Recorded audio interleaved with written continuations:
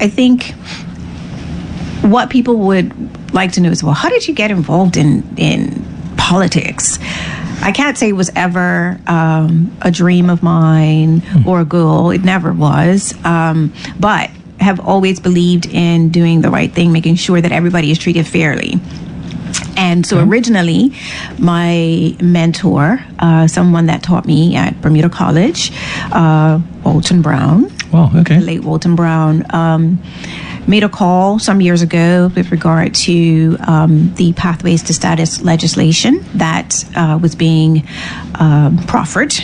I heeded that call, got involved in the protests, ensuring that legislation was withdrawn, because I just could not. I mean, having a daughter who was about to attend college and understanding that in 5 years a person would have become Bermudian, and then how would this affect my children in my life? So that's how I got involved. It was very much in the background. Again, still just supporting him from the shadows, and he asked me to step forward. I originally said absolutely not. And the now premier of the country, who was the party leader of the PLP at the time, came and asked me to reconsider. I did, and here I am. Yeah. So that's a synopsis of how I got involved in politics, and now have landed in the seat of the Minister of Education. Gotcha. And how many times did you actually run for office? The first time I ran was in 2017. I was not successful in constituency 31. I ran again in 2020. I was successful again in constituency 31. And then most recently in 2025, was not successful. But I've remained part of the party. And because of, I think, some of the work and my passion, the premier decided that, you know what, I think you would serve us well in the Senate, and saw fit to reward me with the privilege of being the Minister of Education. Good. And always, when you ran, you always ran in 31? Always in 31. That's right. Up in Southampton. For those right. Okay. All right, excellent. So, and it's always wonderful when we do these things, because, like I said, people think that they know us. And when people express themselves in the way that they want, there are things that come up that I didn't know. And so, again, thank you for for educating me and the listening audience. So you're a qualified accountant. You came into politics not with like a first desire sort of thing, but more so, I'll use the word based upon equity. You wanted to ensure that Bermudians were properly, I want to say, almost protected from an immigration point of view. And then ultimately that led you to saying yes to run for public office. And now you are the Minister of Education. That is correct. All right. So, so now let's get into it. I guess I want to say that for education right now in Bermuda, one of the biggest things is the education reform. We refer to that. And so can you inform us what that really is? And I say that because many people assume that everybody knows what it is. And unless you have children in the mix, you don't.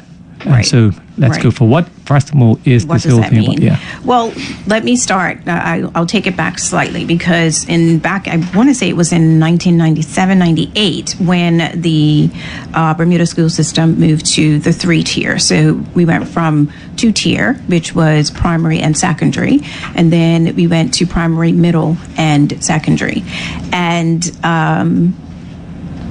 in ensuing years, there has been a public call to have the system return to the 2-tier. And why is that? The results in terms of outcomes for our students, our young people, we felt in past years, and many have felt in past years, was phenomenal. We turned out doctors, lawyers, accountants, electricians, plumbers, all those sorts of things. And I think what people were feeling was that what the public school system was producing, the way it was being done, was not as high quality. It was the curriculum wasn't as robust, and so we've heeded the call to return to the 2-tier system, which people believe is a better way for us to ensure that our young people get the outcomes that they need in order to be contributing members of society and highly educated. And so reform meant that there was many actually, surveys done, town halls, gathering of information to understand what is it that people would like from the Bermuda public school system. What do we want to reform? What do we want to change? And so there were 5 key priorities that were given.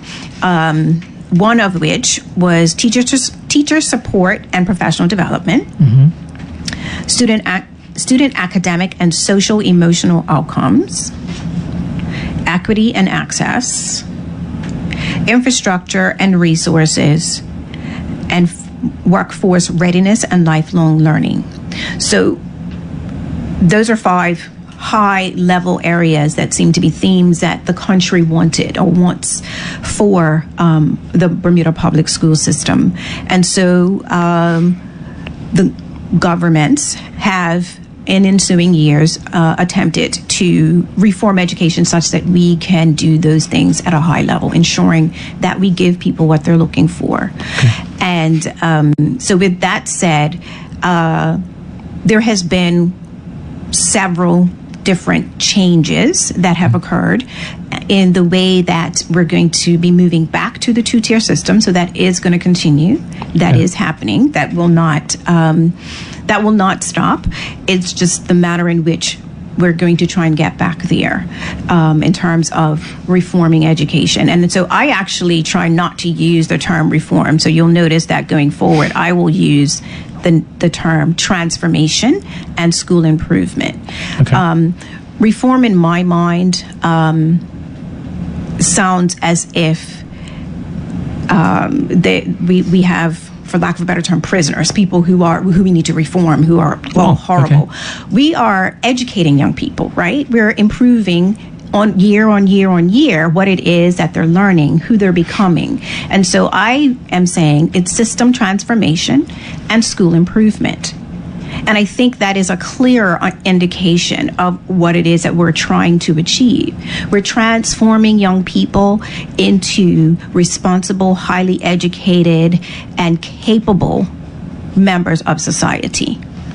School improvement means if for any reason there is an area which needs improvement, we want to improve on that year on year, school by school by school, as a system, and not a system of schools. Not individual schools, but a full system of schools as one, right? And so transformation is just that. We're transforming them into young people, into young adults, into those who will be contributing to our community. Okay. And to be honest, when you said transform, for me, it took on the context of a bigger picture, if you will, a bigger exercise than reform. And pleasant to know, rather, that from your perspective, reform took on a negative turn, and therefore transformation is, number one, more positive, and also more, I want to say, more fulsome. Absolutely. And then you just said also that you want to make sure that we're not doing it, say, school by school, but necessarily doing the whole system. That's right. Okay. And that's so, right. If I may quickly touch base on your responsibility for the overall system in terms of public and private, then we'll come back to some comments about this. Okay, well, what a lot of people don't realize, I'm the Minister of Education, so it's not just for public schools, right? So in announcements that I'll make, in my welcome message, one would have noted that I said to all educators, both public and private, welcome back, and to those students. So there is a great relationship with private schools in terms of the fact that I meet with private school heads, hear their concerns, and we have the opportunity to learn from one another in collaboration. And so that is my overall responsibility, that making sure what we're doing, not just in the public school system, but in private schools, home schools, all schools on the island, we're doing what is best by students, ultimately. What I think a lot of people don't realize is that the minister sets policy. She's not involved in the day-to-day operations. So that's where the difference comes between the ministry, which oversees all education in Bermuda, and then we have the department, which is specifically for public education. Okay. Right? Yes. And so I think what people don't realize is that operations in terms of the facilities, in terms of the management of each of the school sites, that doesn't specifically sit in my office. So every day I'm not speaking with principals, etc. I have a relationship with them, and I'm open to hearing from them, absolutely, because that helps inform me of policy. But from the day to day, that doesn't actually sit within my office. I have a staff, the Department of Education, which is tasked, and it's their responsibility to ensure that schools are operating appropriately. So minister is over all education in Bermuda, sets policy. The Department of Education is public through the public school system, and then of course you have the private schools and home schools, etc. Okay. And can you give us a brief idea as how many staff are in the ministry versus the department? Well, most of the ministry. The ministry's Just tiny. roughly, I think it's maybe 10 of us. Okay, gotcha. And I said it because that was a question I was going to ask you, is to differentiate between the ministry and the department, because I think for all of us, or many of us actually, it's almost as if it's one and the same. Yes. And I will say that it's the first time I've heard it described as the department being responsible for the operations of public school. Correct. And the ministry being responsible for the overall education of the unit. So thank you for that. Being responsible for the overall education of the unit. So thank you for that. Yes. As I start to smile and people start to relax now. Okay. Yeah. So you've done that. And then, so you've been the minister now for give or take 10 months. You were the active minister before. That's right. That's right. For about a month or two. It was about almost a year ago. Right. It was in December of 2024. Yeah. And so as a practical question, right? It's how do you get to a stage, or are you at the stage yet whereby, okay, fine, this is all yours now, as opposed to you're still carrying on from somebody else? How does that work? That is, I am now the Minister of Education, and I've taken on that responsibility wholly and solely, and I bear that responsibility. Okay. There are policies, there are manners in which I have had an opportunity to do a deep dive and get an understanding of where we are, what's the lay of the land, some of the things that we have pursued. We've been able to say, okay, how has that served us? What is the outcomes of that? Do we feel that this is sufficient? And do we maybe want to go a different route? Do we want to continue in this way? That sort of thing. So I don't really want to say, well, I'm doing this and not doing that. It's more understanding of how it serves the young people. They are my clients, is what I tell everybody. The students are my clients, right? So ultimately, any decisions that are made needs to be in their best interest. Yeah. And so I have taken the time over the last year, let's say, to get an understanding of all the different stakeholders, decisions that are being made, why they've been made, maybe where we can adjust, because sometimes, us adults think we know everything. And then at the end of the day, it's the young people who may or may not benefit from that. So I have to ensure that I, as minister, take on that responsibility to say, okay, from a macro standpoint, how is this actually going to help a young person learn in class tomorrow? Okay. Ultimately. Yeah. So we can make some big policies, and I keep telling people that this is an oil tanker that we are trying to steer, is not a speedboat. We can't turn on a dime. There are some systems in place that we may have to either get some buy-in, look under the hood and see, maybe we can do this a different way, and also look at other jurisdictions to see if they've done it. We don't want to replicate something that somebody has done, which actually hasn't served them well and or may not fit here. That's the other thing. We cannot always take what's over there and put it here. So I have taken on that responsibility wholly and solely, and I have to say it's meaningful work. It's a lot. It's a lot of things that, different areas that I have to look at, different avenues that I have to pursue, review, and understand as well. That's why I have a great technical team to support me, to help me understand some of the legacy. How did it get this way? And what were we trying to achieve? Did we get it right? Did we not? So some of it is the way that I as the minister think it should go, and some is just, you know what, this is good policy. This is the way that we need to continue. Okay. Yeah. And I'll say, without patting you on the back necessarily, in terms of you have been described as a good listening minister, in terms of listening before you take action, which is obviously something that's commendable. And most recently, you talked about, in my words, I guess, that you're gonna slow down a bit the reform process in order to make sure, as you just said, you're making, not you, but government is doing the best decisions. And so, and I said this to you again, in terms of a lot of times we think that what people say, everyone listens to. And so, preparing for today, I went back and looked at your statement in September. And for me, it was refreshing because I did not realize that you had said certain things that you've said. One of which was you're going to slow down, not stop. And as you just said, for a tanker, you can't stop it right away. And so start to look and see whether or not everything fits or suits, as you just said, these students. And so I think that bears repeating. Yes. So repeat it. Because I'm saying, the listening audience is different than the general public, and depending on time of day, right? Yes. People hear things differently. So I want you to talk some more about your plan what your process is about slowing it down to Right. So the message ultimately that you spoke about back in September is the stabilization message. Okay. And so ultimately what my goal is to ensure that we pursue high quality teaching and learning and quality curriculum and pedagogy. So what that means is that at the end of the day, no matter what we're doing, students need to be educated. That's what we're in the business to do. And we are in control of the four walls or the walls of the school. And we need to ensure that what we're doing there is high quality. Okay.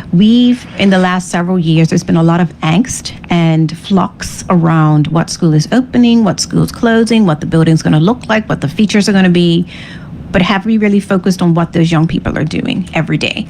And I want to ensure that what's happening is high quality, no matter where it is. And it may seem cliche, but if somebody can learn under a tree in our first world country, I think that we are doing pretty good in terms of the provision that we are giving students. This in no way means that if there is cracks or if there is mold, et cetera, that I'm saying don't worry about it, just get back to teaching. Absolutely not.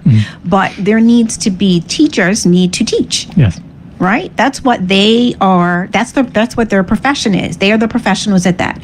Allow us meaning the ministry, to take a step back and look at the infrastructure, the planning, and that sort of thing, such that they can get on with the teaching, so that our young people are achieving the transformation in their lives that we are saying we want for them ultimately. So that's where I have said that we want to stabilize. And so part of that stabilization message is that you'll notice is that all these acting positions that many people have had for many years, I said, why are they acting? If they've been in this position, come on now. Yes.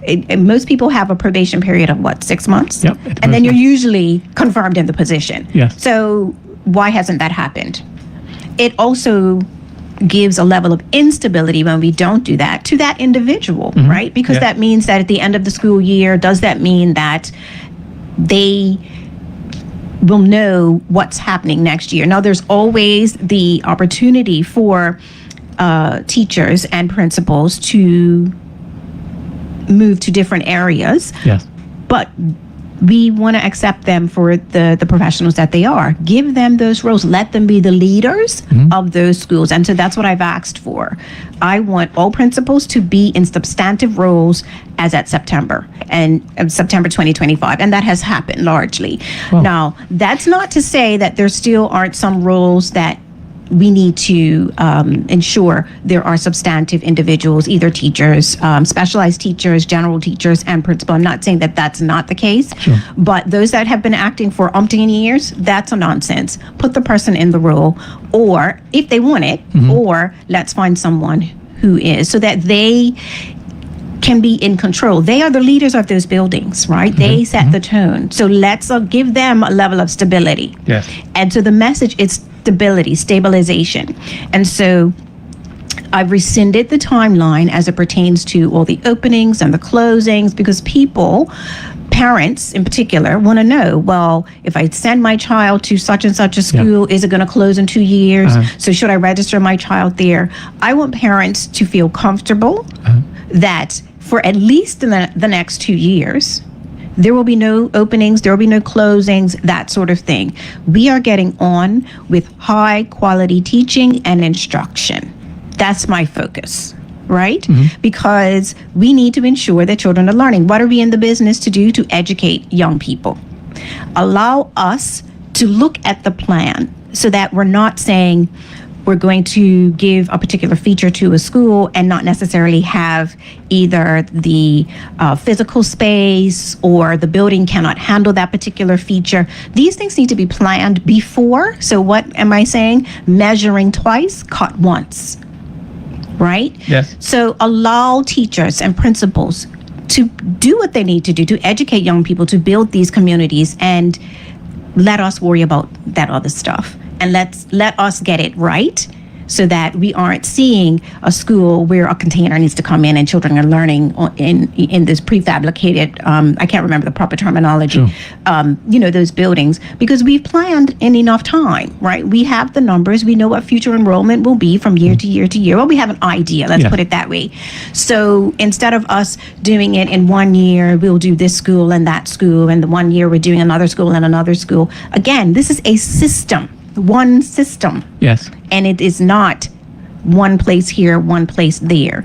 If children in this school deserve a certain baseline of quality teaching, instruction, infrastructure, then they deserve it in every school. That's my view. And so we want some stability there. And so my question then becomes, how do you convey that to the public, or how has that been conveyed? And, I've confess my ignorance because I was not aware of this change to this degree. But it is definitely refreshing to know or to hear that there is going to be an emphasis on letting teachers teach. Yes. Educate. Really. Yes. Yeah. Well, part of what my strategy has been is to ensure that internal stakeholders get any information before I make public statements. Okay. Right. And so I know that has maybe caused a bit of frustration for the media. Yes. However, I think it shows a level of respect and support to those who actually have to do it. So, for instance, my stabilization message went to PTA, it went to principals, it went to Department of Education staff, and other stastakeholders before I gave my stabilization message in the Senate, which is public, because I want them to know and understand what I'm doing. It's like telling, your neighbors that, we're going to put up the Christmas lights, but you haven't told the people in the house who have to make it happen. Yes, okay. Right? It's a very simple example, but that's sort of what it is. And I need to ensure that they understand, and they've had an opportunity to ask me questions ahead of time as well, and have some of those questions answered. I will say I've gotten a lot of questions, some of which, it does take some time to get to, but I believe that giving the people who are on the front lines the respect to let them know what you're thinking, and also to give feedback. And you know what, Minister, that may not quite work because X, Y, and Z. Yeah. Again, they are the professionals. I'm the minister. I set policy. I don't have to do this every day. So I have to tell those that are on the front lines before I go out to the public. So that is how it gets out. And I think it has been received well because it just shows a level of respect for those individuals and what it is that they have to do. And in getting their feedback, again, because I do listen, I by no means know everything, but getting the feedback helps me to form policy, and getting that information helps me to form a policy that I think people have, there's a level of buy-in. Yeah, okay. And I'll confess, even for me from this show, is like, okay, fine, Minister, come sooner rather than later, but hearing you explain your methodology, whether I agree or not doesn't matter, but me and the general public, at least we have a better appreciation for what you're doing. And clearly for anybody that's involved in it, it does show a level of, respect is the right word, that you tell me first before you tell everybody else, because I'm in it. Right, precisely. And so I don't know, well, I guess for the educators, I trust that they are hearing the message. And again, it'll take a bit of time, I suppose, to believe it. But at least we now know what your plan is, what your strategy is to get information out there. And Yes, so, gotcha. absolutely. And like I said, I'm happy to receive feedback because again, I can't set policy if I don't get the information in. I can't just set a policy and then tell people go away and make it happen. I think that people do appreciate the fact that their level of expertise is informing the way that we're going to move forward. Gotcha. And then, listening audience, the guest this evening is the Minister of Education, the Honorable Crystal C. Caesar. She said she had 3 C's in her name and all of her children. And her, 2 children. Her, 1 daughter. The other daughter has more than 3 C's, but at least 3 C's in there. And so we're thankful for that. She is our guest this evening. And then what we're going to do, which is unusual today, is we're going to invite some additional guests to give a comment. But I want you to introduce the reason why they're here, and then we'll have them come on, and then we'll resume the conversation with yourself. Okay, absolutely. Thank you. So we have representatives from Cedar Bridge Academy here. They've come to give some information about the open house that I went to recently at Cedar Bridge. They're doing some great and wonderful things there. It is called the Creation Station. We actually have a student with us and the principal, Mr. Kenneth Caesar. And no, we are not related. Although, you know what, who knows? We don't think so. Yeah. We haven't been able to trace it as yet. But we have our young student here named Maya and Principal Caesar. And they're going to talk to you about the Creation Station, some of the great and wonderful things that I saw when I was there recently in terms of some of the courses that are offered in their signatures. And so here I'll hand it over to them now and let them talk about, have Principal Caesar talk about the Creation Station, and then I guess he can introduce Maya or have her speak about her experience as well. Okay. Speak to that mic.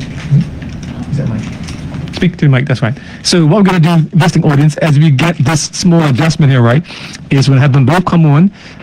Principal Caesar is going to say a few words in terms of what's happening up at Cedar Bridge, and then Miss Maya is going to give some comments. What's your last name, Miss Maya? Maya Russell Bean. Russell Bean. Russell Bean? Yes. Okay. Miss Russell Bean. Okay, Miss Bean. All right.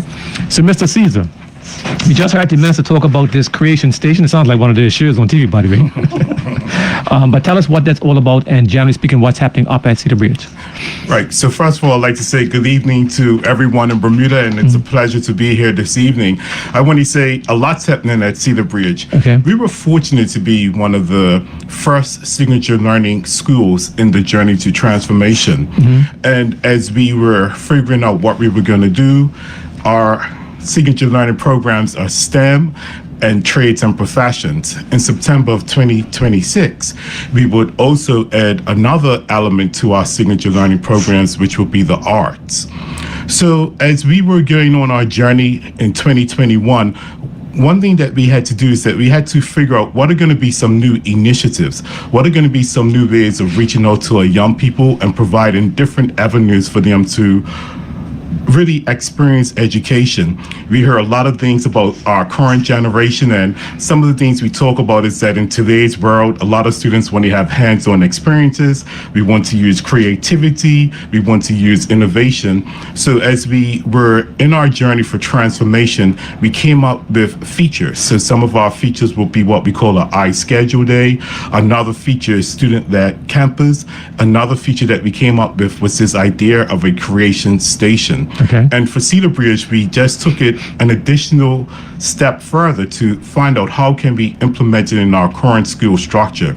So what that meant is that we did not have a new building, so we had to figure out how we're going to make the creation station work.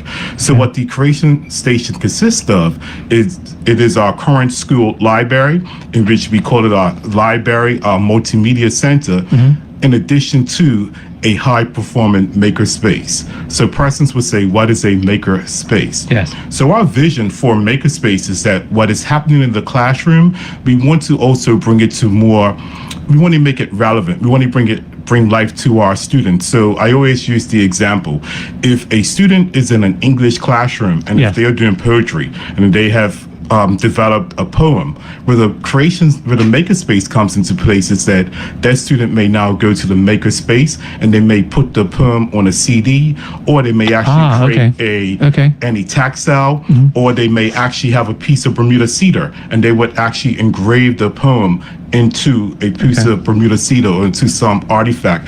So essentially what happens is that we are asking our teachers that whatever you're doing in your classrooms, let's have some collaboration with the team in the creation station. And with that collaboration, it almost makes it just more meaningful, because it's not just a student writing a poem on a computer, but that we have graphic art so that they can actually present an article or come up with a banner to represent the poem. So the makerspace actually brings education to life. And whatever's happening in the classroom, let's just go that step further with some creativity, some innovation, and just make students feel proud of what they're doing. Okay, that's a good lead in then to Miss Maya. You can relax. Oh, it's going to be well. Put the mic to you a little bit closer. And then what I want you to do is introduce yourself in terms of being a Cedar Bridge student, right? Because like say we don't know who you are, sort of thing, and then talk about how this creation station has helped you or make it more interesting, or what's been the impact on you from having this extra space.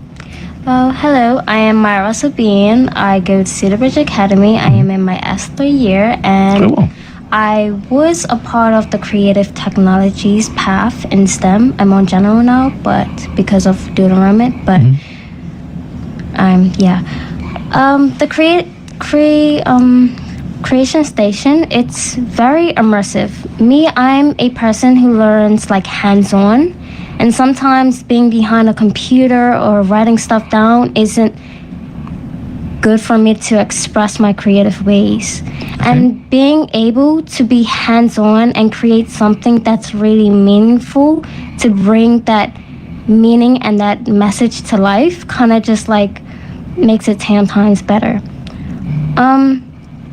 Currently, I'm not able to do most of the classes for the creation station because of my balance between the two. But next semester, I will be doing, I believe, draw, print, and production, which is a class where you can create your own logo and kind of like start up your own business. You can make your own bags or your own keychains, kind of just start up a product. So it has that balance between business and art that kind of just balances out. Gotcha. And you mentioned the dual enrollment program. I'm a big fan of that, by the way. So talk to us a little bit about your experience in the dual enrollment program. The dual enrollment program has been honestly a blessing. I love it so much. The balance has been kind of hard, transferring from a high school setting to a college setting is very difficult. Yes. There's a big jump, but the classes are quite easier because there's a lot of pressure on students when it comes to hearing about college. So being able to experience those classes and being able to immerse myself and get better in my education has really made it 10 times better. The program itself, I believe I'm doing currently on the Associates of Art and Design, and I am doing part-time. So that is where I'm not full-time up the college, but I aim to go full-time, meaning I only have 2 classes up the college right now and other electives and main classes at Cedar Bridge. So I transfer from college during my class times, and then I go back to Cedar Bridge to do my classes at Cedar Bridge. So you kind of have that balance. So which days are you actually at Bermuda College? From Monday, Wednesday, Thursday, and Friday, I'm up to college. But on Monday, Wednesdays, and Fridays, I have 2 classes. My first class, art history, that's in the morning, and my second class, English, is in the afternoon. And on Thursdays, I have a co-requisite class. And so between those 2 classes, you actually go back to Cedar Bridge. So you're riding back and forth, I guess. Yes, riding back and forth, yes. Okay, well, again, congratulations. What I'm going to do, by the way, I wanted you to have the opportunity to come and introduce the Creation Station today. But what I really want to do is have you come back, whoever you choose to come back, and have a longer discussion, because I want people like me to better understand what you're talking about. I understand, of course, the idea of how the lectures can come to life, because you're able to do things, as you say, hands-on, and that makes it, it helps to solidify it for you, I guess, what you're learning, right? And so, but I want to have a much more deeper, extensive conversation about this. And so I'll obviously ask or be in contact with Principal Caesar about that, and he can decide who, but I really want you to come again. And again, I want to say congratulations to you in terms of a lot of times in the media, we hear negativity as opposed to positive things. And even like you, for example, right? We for whatever reason, we don't highlight the positives. And I think we have to do a better job around that. And so that's going to be one of my goals in the next couple of weeks, to have you come back, and hopefully you also, and some of your other students, to come back and talk about it some more. Anything else you want to say about the Creation Station? Yeah, I just think overall, and I was listening to the minister speak about the need for transformation. I fundamentally believe, I've had the opportunity to work in Bermuda and overseas, and I feel like education is vibrant right now. And oftentimes we may hear this negative press. So this is what I say.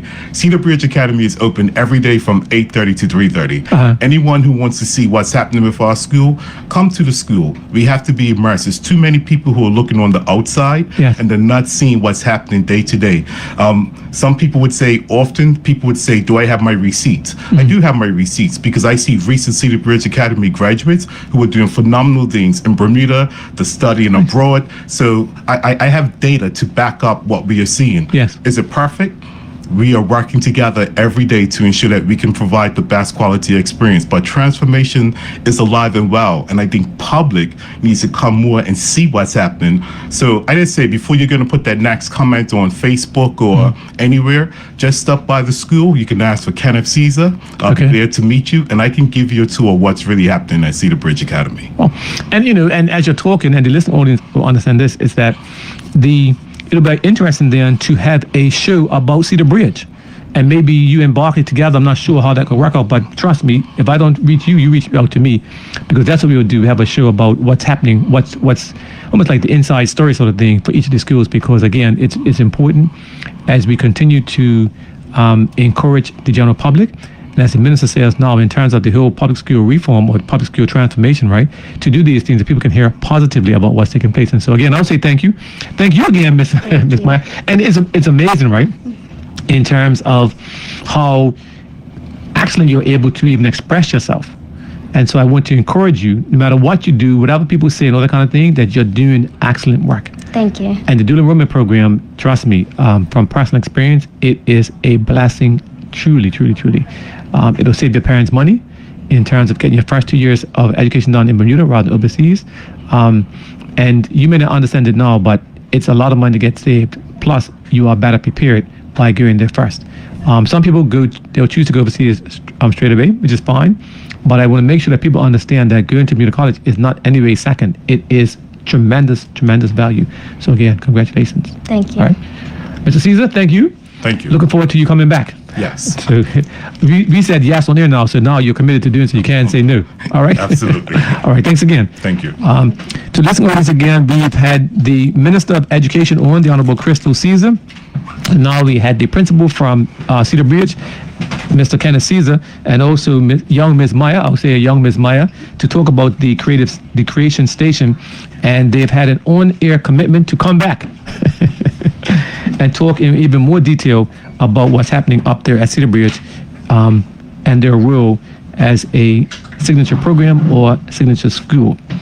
And now we have the minister rejoining us. I'm back. As she went off air, we were talking about her perspective in terms of how we get information out. And to us in the media, I'll include myself in this instance, is almost, guess what, wait your turn, because there's a proper process, an effective process, which allows her to share the message, first of all, to those that are that are in the front line, to get feedback, and then come out to the general public and allow us to be generally informed. And so here we go. I'm going to allow you, Madam Minister, if you want to say what you want to say, and then I have lots of more questions to ask, of course, but I'm sure there's stuff that you want to emphasize, and so I'll let you do that. Sure. So I just wanted to reiterate that Cedar Bridge Academy, the Barkley Institute, and I think what people have forgotten and don't realize is that we do have another senior school, which is Sands Secondary School. Whoa. It has reverted as at September 2025 to a signature school, signature senior school. And each of the schools have different signatures or areas or focuses of learning. And so SANS is hospitality and education services. The Barkley is financial and health services, I believe. And of course, Slow down a minute, right? Yes. And let's start again. So let's go with SANS is what? Is hospitality. Hospitality. Yes, and educational services. So those young people that would like to be educators, they should look to SANS for their coursework, because that will be the focus for one of their signatures. Then you have the Barclay Institute for financial services. Financial services, yes. And health services. Health, yep. Cedar Bridge is the vocational and technical studies.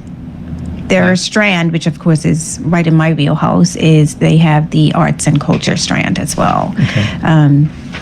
So, those that like to work more with their hands, there will be entrepreneurship as well there. Yes, what I saw this week, they actually made me a couple of keychains. They made me a desk, a plaque for my desk. So it's very hands-on. Some of the young men there actually did some chairs out of plumbing pipes.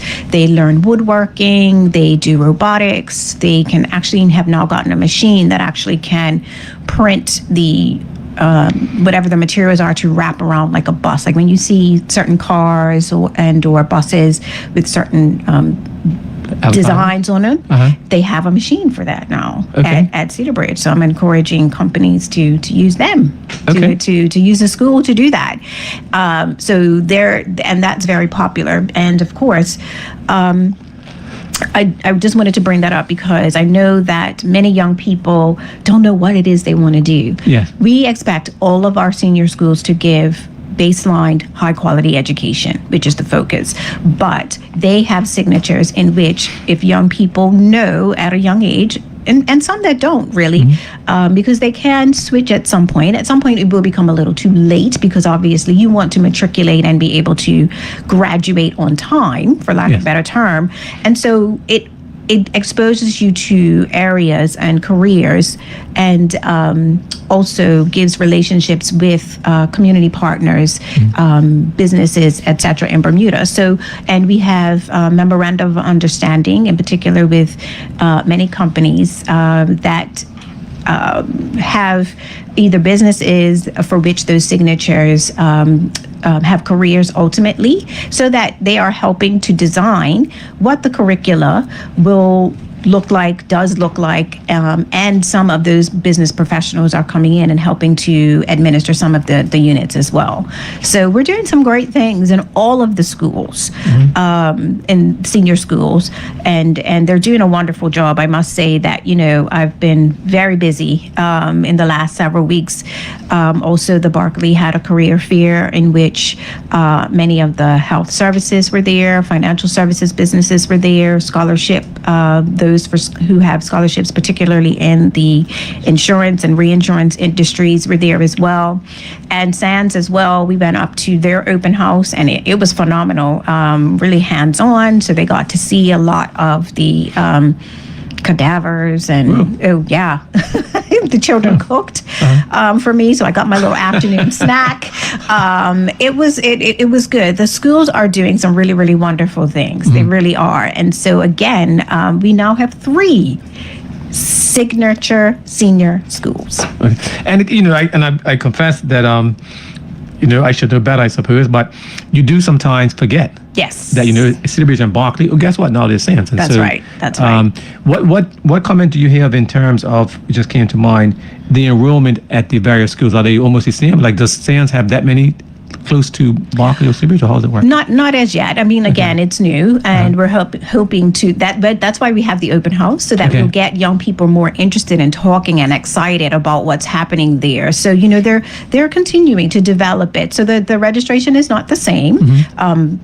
As any smaller and fledgling school would, but with the open houses, it's piquing interest with young people, and I think that we're going to see that increase. That's our hope. Gotcha. Like I said, all of them are. I'm glad I'm not a student and I don't have to pick because because they all did really, really well in showing what each school has to offer for young people, and so I have to credit the principals and the leadership teams at all the signature schools. What they're doing in terms of enticing young people to choose them as their family community. Do you know offhand if any of those things were recorded? In terms of? So that people like me, for example, can see it after the fact? There may be some video. Some of the schools actually may have some. In fact, I know that when we were there, a few teachers actually saw me sort of interacting with the students. Sure. So I'm sure that we can ask. Got you. No worries. Yeah. Hold on. Oops, sorry. Hold on, caller. Man, what I'm gonna do is take this call, right? But then I'm gonna come back and talk, or really ask about your perspective on principals having the authority to run the school. You mentioned it earlier, and I just want to understand the perspective that you have. Sure. On that. Okay. Good evening, caller. Welcome to Insight. What's your question or comment? Yes, good evening. How you doing? Okay, I'm here listening to you. Yes. How you doing? You telling me, basically what you're telling me is that if I live in St. George's and I want to go into education, I have to leave St. George and go all the way to Somerset. Okay. Is that your question? Also, as far as transportation or the public bus, are they arranged? Do they have a bus that leaves St. George and goes all the way to Somerset, avoiding Hamilton? Okay. That's it. I'm gonna let the minister answer once you've asked all your questions. That's it. That's it? Okay. Yeah. All right. Thanks. Thank you, sir. Well, Minister, there's two questions there. One is, if I want to be an educator, do I have to go to Sands? And the other one is there a bus from Somerset to St. George or vice versa that avoids going to Hamilton? So let me start with the second one. I cannot answer that at this time, Sure. As that scenario has not necessarily been brought to the fore. But if that is something that we need to consider, we can. Yes. I'm not, because obviously I think if there is a student who feels very strongly about doing so, I don't see why we can't try and make that happen for young people. Yes. But to answer the caller's question is that absolutely not. You don't have to go to one school or another in order for you to do these things. That's why I said all schools they're all comprehensive, Okay. meaning you will get baseline, basic education. These schools will just expose you to these particular signatures, but it does not necessarily mean that that's what you have to become ultimately, right? You can choose to do something else, but they are preparing you for a career, future or tertiary education in whatever vocation or technical field or professional field. So it doesn't have to be that if that's what you want to do, ultimately that you have to go to that school. No, it's not that strict. It's not that prescriptive. Okay. And so as a parent now, help me to understand that, because the Sands School is going to be the one that focuses on hospitality and educational services, right? And I stay in St. George's. Yes. So how do I inform or encourage my child that, guess what, you can go somewhere else, but you're not going to be disadvantaged because you don't go to Sands? Right. So what people need to recognize is that it's not that a young person who has an interest in a particular area, we're envisioning that they'll be able to take it, if they have an interest, they'll be able to take advantage of some of these partnerships that we have that may be closer to home with some businesses, etc. And or if there is one or two classes that we need to make provision for them to be able to attend in order to pursue that particular vocation, that is how we're building out what these signatures do. But it does not mean that we are going to have you disadvantaged. So say, for instance, there are students at I don't know, say at Sands, and Cedar Bridge has a wonderful orchestra. Why can't they join it at some point? Remember, it's a system of schools. Yes. I'm sorry, it is a system of schools. It's not different school systems. Sure. And so we will make provision to support your students. The other thing is which I did speak about most recently in the Senate, is that if your child shows proficiency and an exceptional ability or a gift in a particular area, we are standing up the Gifted and Talented program again. And so if they are showing proficiency in a particular area that we believe that we want to nurture, etc., it is our job to make sure that we do that to a high degree. So this is, again, showing an exceptional ability in something. But even if a child doesn't show an exceptional ability, it is our job to ensure that we're rounding out that experience. So, as students get more, get a bit higher, because, in the first few years, they should be doing the math, the English, the science, et cetera, et cetera, et cetera. But if they say, you know what, well, I'm at Cedar Bridge, but I'd like to pursue hospitality, we are going to work with that student such that if they can maybe potentially get bused up to Sands and take advantage of a course there or a program that they have that may be closer to them, that's the type of provision that we'll be making for students, so that we can ensure that they have a well-rounded experience. We don't want to feel, and we don't want any child to feel that, oh gosh, I've gone so far here, I'm missing out on that. Right. Okay. That's not what it's meant to do. Okay. And again, I guess I want you to emphasize this in terms of, so all schools will have, say, the same, 70% will be exactly the same. It's just the actual 20 or whatever percentage that's going to be different. Right. It's almost like, think of it like as an elective, sort of, right? Okay. Because you need to be getting high level basic education. All our students need that. Okay. They all need to have the English, the math, the science, all of those subjects, all those subject areas. The schools are comprehensive. So it's not one school does this, one school just does that, one school just does that. And so you don't get it. All students should be getting an exposure to basic, high quality instruction. Okay. And again, it's interesting how you explain some of these things, because I guess in the past, it made it seem as though you have to go to a school to get this education, but you just talked about it as being an elective. And so for those of us that have been overseas, for example, then we understand what it means, that it's elective. That piece is a little bit different. That's right. That's So, right. gotcha. That's right. Yeah. Okay. Just 1 second. Trying to make sure that we can allow our guests to go. 1 second. Sorry. And so again, it's interesting to have this conversation now. As I said to you before, it's a conversation, and as we go on, we can explain things differently, and hopefully have the public better understand or be clear with that. So, Yeah, absolutely. excellent. Good evening, Colin. Thank you for your patience. What's your question or comment? Good evening. Some of the stuff that's been said has stole my thunder. No problem. Partially answered. Sure. But I still have a concern with the transportation aspect of it all. So I'm trying to be clear in my mind. If a child wants to go to another signature school, how do you still eliminate the travel aspect of it all? The travel, you said? If you're going from end to end. You know what I mean? In other words, if a child, you're saying basically you could be in one school, but you may find that what you want to do in terms of, say the teaching aspect you was talking about, they want to pursue a career in teaching, but they'll find a better elective, so to speak, to go to SAM. You're still in the predicament of having to travel. Yeah. Particularly if you live in St. George's or far away, you got to travel to the other end in order to pursue that. Okay. Let me help. Let me help, Colin. Yeah, go ahead. I want a clarification on that one. Sure. There are two things. One is that I know that there are children that live in St. George's that go to Work Academy, for example, and they're able to get there without too much issue. I mean, the parents make adjustments as necessary. And also remember with the dual enrollment program, for example, although it's a shorter distance, children are able to go from Cedar Bridge and Berkeley up to the college and back during the day. And I think with respect that we may be focusing on a small challenge and making it bigger than it is. But that's something that can be addressed separately, if I may. And yes, again, it does. That's a very good answer, actually. Thank you. It's partially what I was seeking. Sure. The other thing I wanted to ask is, I heard the minister mention hospitality.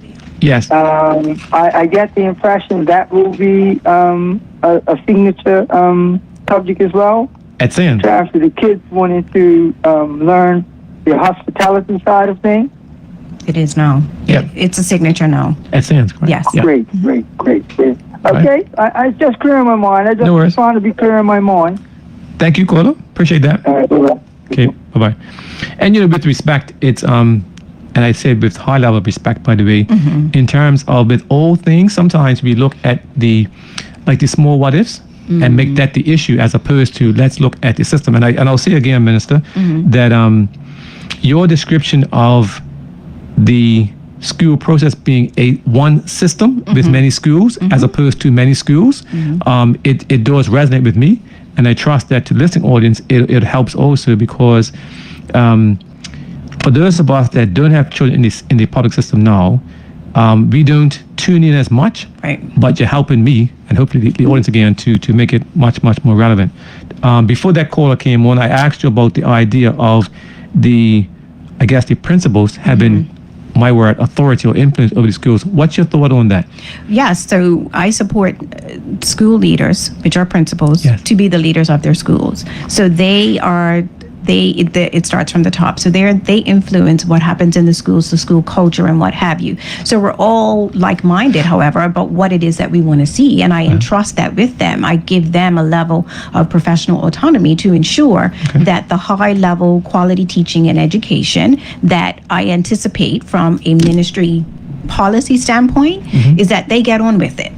Right? They get on with ensuring that the teachers in their school are teaching at a high level, giving mentorship where needed, ensuring that it's a safe environment, ensuring that whatever facilities are required, that they advocate for those schools to have what they need. So we want them to be the leaders that they are. That's what school principals are. They are the leaders of the schools. So I am not in the minutia. I am not on a day-to-day basis trying to make sure that this person's doing that and that and that. They are the leaders of the schools, and they are to run the schools. We trust them to be the professionals that we expect for them to be. So my question with that would be, that's not been the past. I'll say that. I don't think that's been experienced for the principal for sure, right? How do you, whether it be by policy or execution, get that to be number one understood and then become a reality? Well, I will say that I have committed to meeting with principals to have them understand where I, as the ministry, am coming from in terms of what I expect. And I think it was just last week or week before, I had a meeting with them. And that has been the second since being in the seat, understanding the concerns that they have, taking on board their issues so that from a policy standpoint, we can get some of the barriers out of the way so that they can lead the schools in the way that they need to. And so hearing from them, right, directly from them, I think is important instead of having it go through all these different layers. I respect them as the educators, the professionals. And so hearing what their experiences are, what they need, I am to make policy to help them to make that happen, again, at a high level. Yes. Yeah, and that's how I do it, is meeting with them, hearing from them, understanding, and giving them the ability to make me, for lack of a better term, accessible, so that they can I can hear from them and they can understand what my view is as well. Okay. And then I guess from my perspective, it is, so each principal has more authority, as you called it, to run the schools, right? Does that then translate to a desire to publicize the results of the schools in terms of grades, for example? And in the past, there was some conversation in terms of, so for example, I happen to be at school A, my overall math results are 5, let's say, and some else might be 3 or 4. What's your thoughts or what's your comment in terms of publicizing the results in that sense? Well, it's my view that we need to know how our schools are doing. And I know in past years there's been some reticence around that, but I think we need to be clear, we need to be transparent and understand where our schools are. And so it's not the responsibility of the school to do that. It's the responsibility of the department to give me that information and us as a ministry to collate it and publish it publicly. And so that's our responsibility. Okay. So that's not something that we want. We just want them to get the results. We don't want them to have to be responsible for saying, well, this is what we did and this is why, et cetera, et cetera, et cetera. Leave us as policymakers at a higher level to do that. And but there is going to be some level setting in that we need to understand where we are. And I think there has been maybe we haven't done it as well as we should have in years past, but I have asked, and we will be publishing where we are in terms of what our results are, where we want to be, acknowledging where we need to improve. That's where the school improvement plans come about. And that's where we will have the leaders of the schools indicating, okay, so maybe we're finding that our students aren't quite doing as well in a particular area. Well, the school leaders are the ones who come up with the school improvement plans to ensure that that school gets to a particular level, particular standard.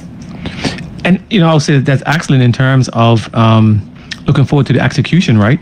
Because I know in the past there's been this resistance to doing that. And I certainly accept the fact that if there are 10 schools, right, and one school is doing, let's say, not doing as well in mathematics, that parents and stuff may either move the children or put more pressure on that school to get better.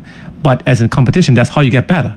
I agree. And so you have to find a way to do it. There's nothing wrong with competition, but I also think that what we want to do is ensure that methods that are working in one particular area, it is shared across the board, right? Okay. Because we want a system for all of our students to do well. So, but we don't want it to be, only this school does this and that school does that. Let's share, let's be collegial, let's collaborate such that strategies that are working here, you know what, colleague, have you tried this? Have you considered X, Y, and Z? And so that's the view I wanted to have. I don't necessarily want it to be, well, my school's better than yours. That's not what it is. We need to identify what are the strategies that work for our students and how can we ensure it goes throughout the system, not just one school or another. Sure. And that's the way it should be. And so for me, again, as a Bermudan, but not directly children in the system anymore, that was one of my concerns, right, in terms of the parish primary schools, in that they had this degree whereby they can do, quote unquote, what they want, and it would have created like disparity amongst these schools, as opposed to there being some sense of, almost like a generic sense as to they're all going to provide certain information. However, there have to be, as you quoted, some degree of professional autonomy within reason. Absolutely. And so I'm happy that you said that. So that's where the policy comes in, and then you have to execute based on the policy that has been informed from those who have to execute. Wow.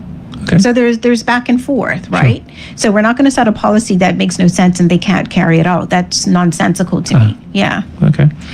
Good evening, caller. Thank you for your patience. What's your question or comment? Yes, good evening, Mr. Richardson, and good evening, Minister Caesar. Yes, sir. Looking forward, when it comes to the students looking at the types of careers they may want to take on for the future of their learning,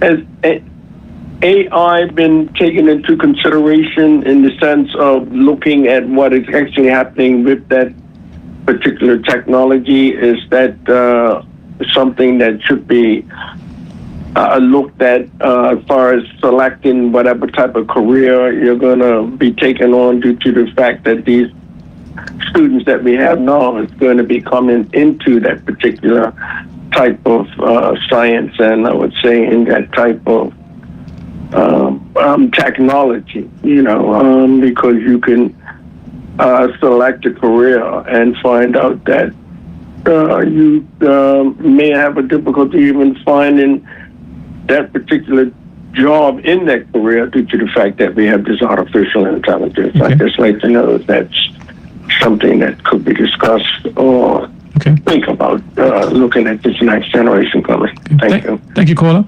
I guess that question becomes, what is your perspective on the impact of AI? AI is here. We have to embrace it. I think what a lot of people don't realize is that we use AI in everyday life, right? Our telephones have AI embedded. And I think because it has become more of a tool for which we are recognizing, AI has been with us for many years. And I say that also that AI is embedded in a lot of the assistive technologies that we have in classrooms as it stands right now. So a lot of the students are very proficient using electronic communication devices. And a lot of them already have AI embedded. It needs to be used responsibly, but it's also, again, some of the applications that students use to assist in terms of tutoring, homework, assignment, etc. A lot of them already have AI, so our students are already using it to a proficient degree as it stands right now. And but it has to be done responsibly.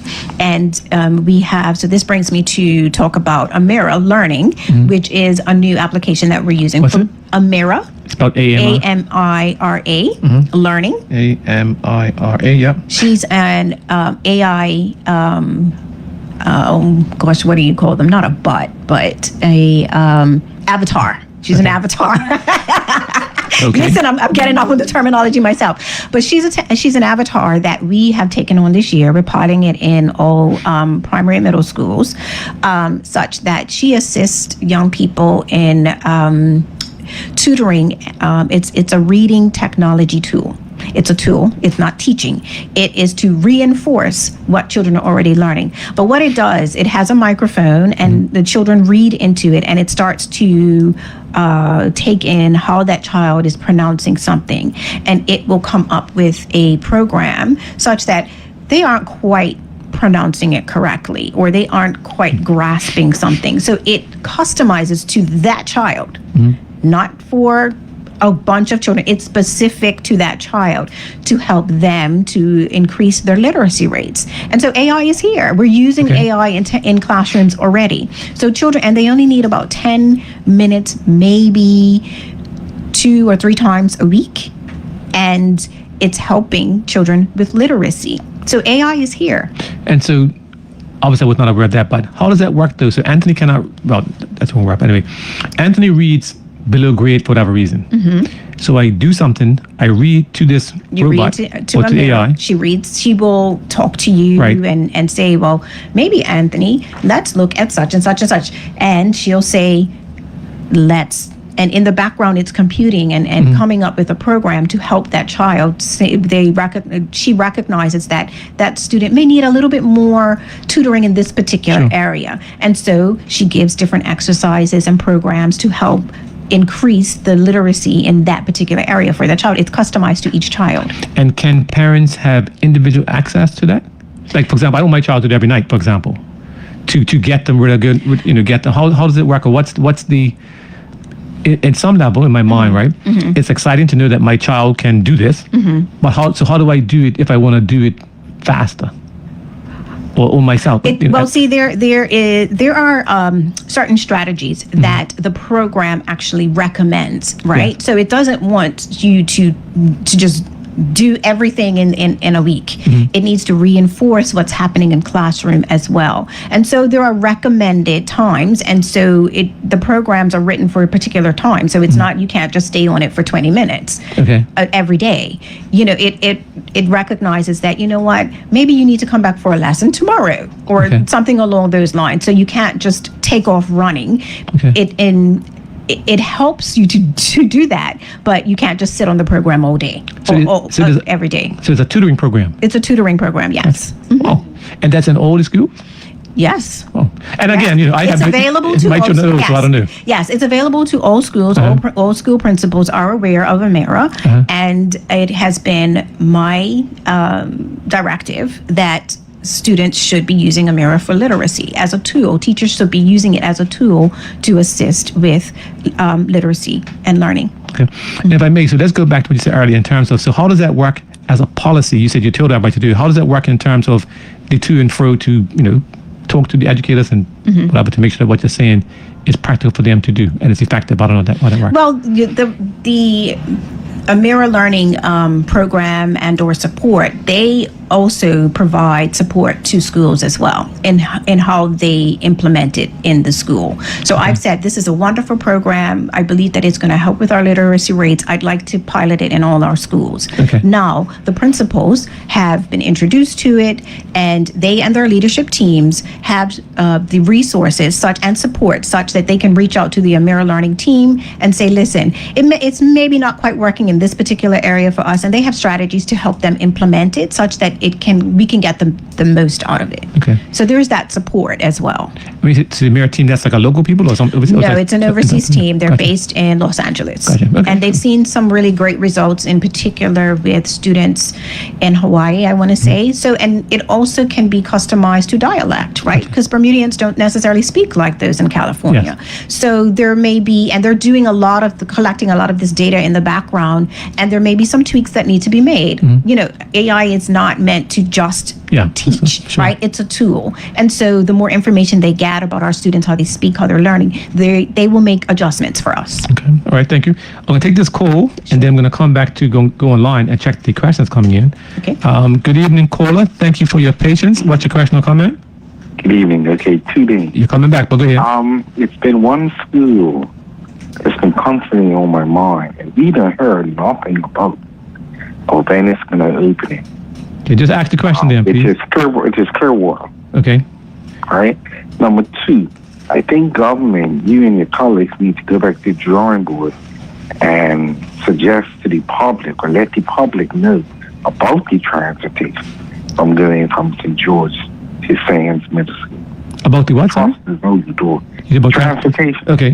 Gotcha. My child lives in St. George's and wants to do education, it's got to order to Sands. Gotcha. That's where they want to go. Okay. So I think that we need to go back to the drawing board and figure out how this is going to work. Okay. All right. Let's let the minister answer, okay? Okay. Okay, thank you. Again, I got to be respectful in terms of the I'll let you The answer. question? Yeah. So, I mean, let's talk about Clearwater. So, yes, it has been closed for some time. But before we open and close any additional schools, like I said, we are doing a deep dive as it pertains to the infrastructure needs that we have, right? Everybody knows that Bermuda's birth rate has decreased. Yes. We don't have as many children on the island. So, do we need Clearwater? Who knows? I don't know that as it stands right now. Sure. But we are taking that back and doing the planning, the infrastructure needs, and future planning as it pertains to enrollment, anticipated enrollment. Sure. So stay tuned. It is, and my thing is that I have given the commitment that any closing or opening, we're going to give at least a year's notice before that happens again. So it had that the opening and closing, what has been put in the public domain has now been rescinded. Schools, as they are, will remain at least for 2 years. Oh, wow. So just to be clear, because I didn't know this either. So at this point in time, no other schools are going to close? No, So whatever's closed is closed and that's it that's right. for at least 2 years? That's right. Okay, so parents can take some solace in that. To be honest, I mean, and again, the caller knows I'm very respectful in this regard. I would be interested to know how many children are going to be impacted by that crash mode transportation. And so, And I think I want to reiterate to the caller that because a child may be interested in hospitality and live in St. George's doesn't mean that they won't have the opportunity to do that at one of the other schools. It's just that that particular school has that elective as a focus. It doesn't mean that they can't have that experience somewhere else. okay. Right. And I think that's an important point, by the way, so that we know that the fact that school A has this program does not mean that there's zero opportunity at other schools to get the Correct. same experience. Correct. Okay. Absolutely. Gotcha. So one question that came in here is this. How has this change been decided following the former minister's plan to eliminate the middle schools in terms of you frozen things now?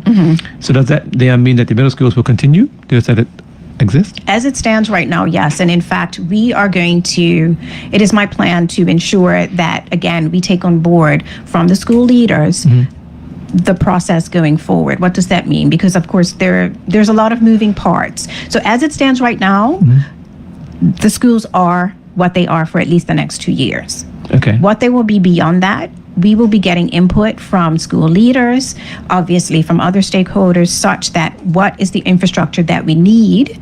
What is the infrastructure that we can do? Because we don't want to say we want an open air amphitheater and we just don't have the capacity to do that.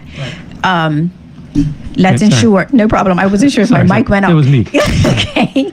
And let's ensure that we have what we require in order to make some of these things happen. They need to be feasible, Yes, right? okay. And so that's the other thing. So as it stands right now, yes, we're still going to do 2-tier because but again, give us some time to get there. We can't just continue replicating things if we don't necessarily see that it has worked well in the past, right? So we need to be able to make some pivots to level set, to course correct, such that it's done properly with minimal disruption. Okay. And to help me, so right now we have, from the east side right now, it's going to be, we have Whitney Middle School, and then we have Dalwood, and Sands. But Sands is now going to be a senior school, so we're going to have those two middle schools, Whitney and Delwood. And so how does that work in a practical sense, that they will now just carry on for at least 2 years and then another year, so basically keep on going? As it stands right now, yes. Gotcha. Yeah. Okay. Oh. And again, I'm saying wow because I don't have any young children in the system anymore, so some of these things are refreshing. And I trust that the listening audience, they are understanding this. And so to the caller or to the person who asked the question, the answer is that the middle schools, the two that exist, are going to remain for at least 2 years before a decision is made about making a change.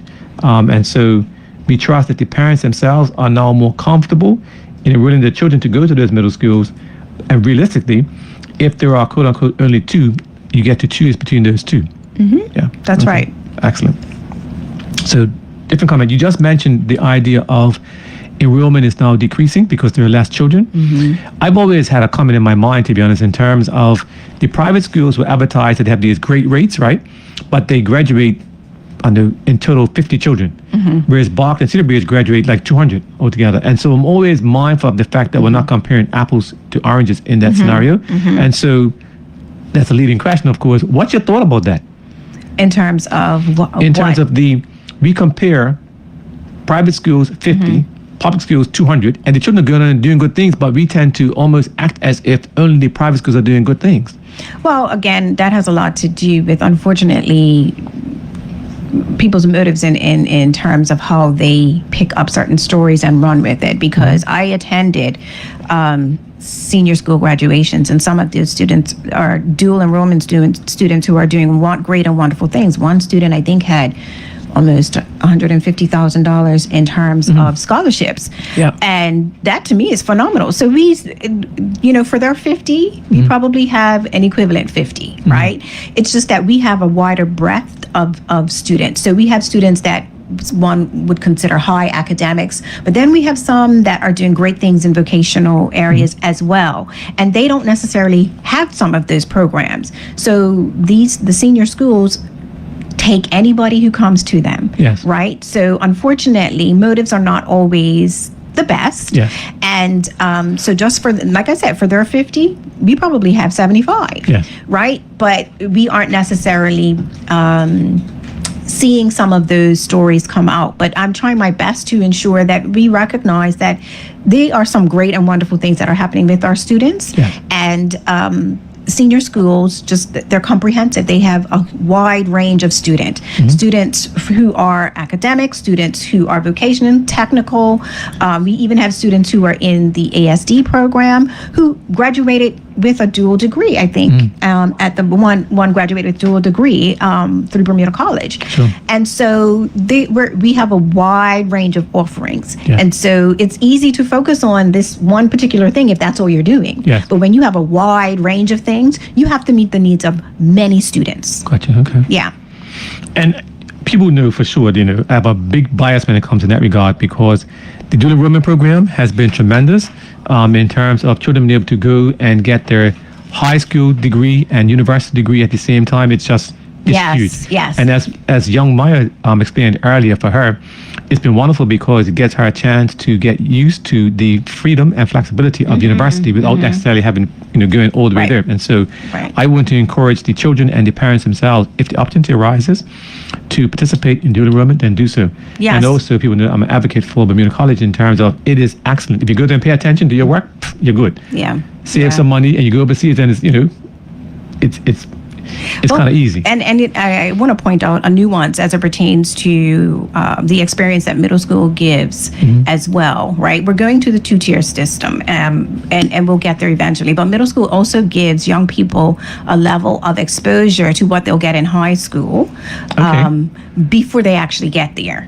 So you know how typically in a primary school, you sit in one class, you have your teacher, and that teacher teaches you everything. Yes. With the middle school, you have the ability to move, you have a locker, you have to, have your books for that particular class. You're introduced to different teachers. So that experience prepares young people. It gives them a taste of what they're going to get at senior school. So just like you said, with the dual enrollment prepares you for what you'll get in college, it's the same sort of concept. Brilliant. Now, I'm going to switch gears a little bit, because I know that you also talked about the idea of cell phones, right? In the context of the I could call it discipline, I suppose. So talk a little bit about that, please. What's this new policy about the? Okay. Yeah, go for it. You're smiling. So Yes, I'm smiling because everybody focuses on a cell phone. It's not Granted. just it's not just cell phone. So I Yes. want to be clear. The terminology is personal electronic communication device. A lot of words, but go ahead. Yes, it is, Yes. but it helps to encapsulate all of those things. So we're talking about watches. We're talking about the games that they have. Anything that is a distraction should be put away before you get through the school doors, and it should remain off throughout the day. Now, why? Why are we saying this? It has always been, let me just say, it has always been the policy, right? Since 2003, I want to say. It has always been the policy that personal electronic communication devices, or PECDs, should be put away. They should not be out and used in classrooms. Yeah. You need to be focusing on what the teacher is teaching. I don't know how somebody can teach and somebody's looking down here and sending a message to their friend, talking to somebody in another classroom. How are you focusing on what's happening, right? Yes. Part of it is also because not just Bermuda, but studies have shown that many students have become addicted Yes. to social media. And after COVID, we had students who had no choice but to be on their devices. And my understanding in that other jurisdictions, many of those students have not returned to the classroom. They've lost that social interaction, how to be social, how to interact with a human being. And it has become an addiction for some students. And so this is to help them to break that and to focus on their education. And so again, it needs to be off and put away before you get through the school doors. And it needs to remain that way throughout the school day.